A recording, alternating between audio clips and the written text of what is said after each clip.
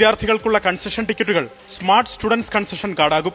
നിലവിൽ കൺസെഷൻ ടിക്കറ്റുകൾക്ക് ചിലവാകുന്ന 110 രൂപയ്ക്ക് തന്നെ സ്മാർട്ട് കൺസെഷൻ കാർഡുകൾ ലഭിക്കും. 1ാം ക്ലാസ് മുതൽ +2 വരെയുള്ള വിദ്യാർത്ഥികൾക്ക് മാസം 25 ദിവസം നിശ്ചയിക്കപ്പെട്ട റൂട്ടുകളിൽ യാത്ര ചെയ്യാനാകും. സ്റ്റുഡൻസ് കൺസെഷൻ കാർഡ് ഇങ്ങനെയാണ്. പഴയ പേപ്പറും വരയ്ക്കലും ഇതുപോലൊരു ചിപ്പുള്ളൊരു കാർഡാണിത്. ഈ കാർഡ് കുഞ്ഞുങ്ങൾക്ക് വേണ്ടി വരും. 1ാം ക്ലാസ് മുതൽ 12ാം ക്ലാസ് വരെ കുട്ടികൾക്ക് KSRTC സൗജന്യമായിട്ടാണ് കൊടുക്കുന്നത്. +2 പഠിക്കുന്ന കുട്ടിയാണെങ്കിൽ 2 വർഷത്തേക്കായിരിക്കും. 2ാം വർഷം കഴിയുമ്പോൾ കണ്ടക്ടർ അടുത്ത് കൊടുത്തൊന്ന് ചാർജ് ചെയ്യാന്നുള്ളത് വാലിഡേറ്റ് ചെയ്യാം.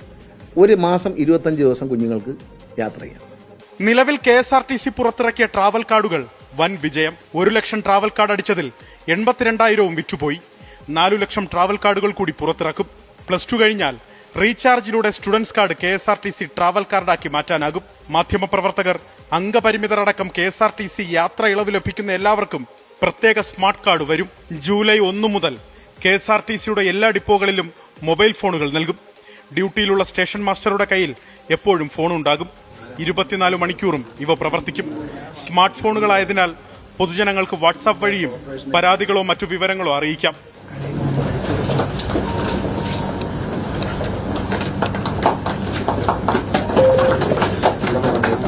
എൻക്വയറി കൗണ്ടറിന്റെ ആവശ്യം KSRTCയിൽ ഇനിയില്ല. പരമാവധി കണ്ടക്ടർമാരും ഡ്രൈവർമാരും റെഗുലർ ഡ്യൂട്ടി ചെയ്യണം.